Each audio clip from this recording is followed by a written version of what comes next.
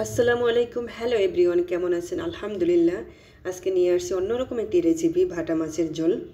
লোভনীয় সাথে ভাটা মাছের ঝোল, মাখো মাখো ঝোল, অসাধারণ দেখতে হয়েছে। খেতে অবশ্যই মজা হবে, এভাবে তৈরি করে খাবেন। ভাটা মাছটা কেটে ধুয়ে নিচ্ছি। আমার মা বলতো মাছ বেশি যত ধোবে ততই স্বাদ। সুন্দর করে ধুয়ে নিয়েছি। উল্টে পাল্টে দেখাচ্ছি আমি সুন্দর করে। হয়ে গেছে। স্বাদ মতন লবণ, হলুদের গুঁড়া, মরিচের গুঁড়া দিয়ে ভালো করে ম্যারিনেট করে নিব। মাছগুলো ভালো করে ম্যারিনেট করব।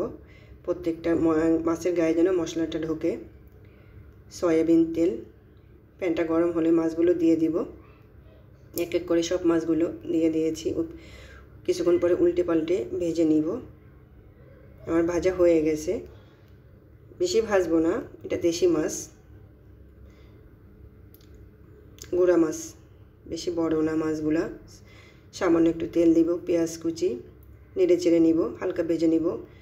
মশলা কষানোর জন্য পানি, টমেটো, লবণ, হলুদের গুঁড়া, মরিচের গুঁড়া, ধনিয়া গুঁড়া, নেড়ে চেড়ে একটু ঢেকে দিব টমেটোর সেদ্ধ হওয়ার জন্য। কিছুক্ষণ পরে ঢাকনা খুলে মশলাটা কষানো হয়ে গেছে।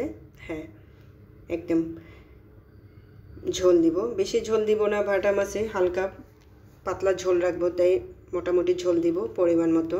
কয়েকটা কাঁচামরিচ দিয়ে ঢেকে দিব। কিছুক্ষণ পরে ঢাকনা খুলে আমার হয়ে গেছে প্রায়। ধনিয়া পাতা দিয়ে নামিয়ে ফেলবো ভাটা মাছের ঝোল।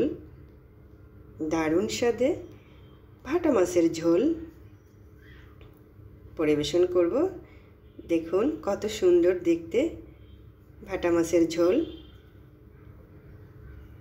আমার খুব পছন্দের মাছ ভাটা মাছ, কাটা কম, স্বাদ বেশি খেতে। দেখুন ঘুরিয়ে ফিরিয়ে দেখাচ্ছি কত সুন্দর মাছগুলো দেখাচ্ছে। আল্লাহ হাফেজ, ভালো থাকবেন সবাই।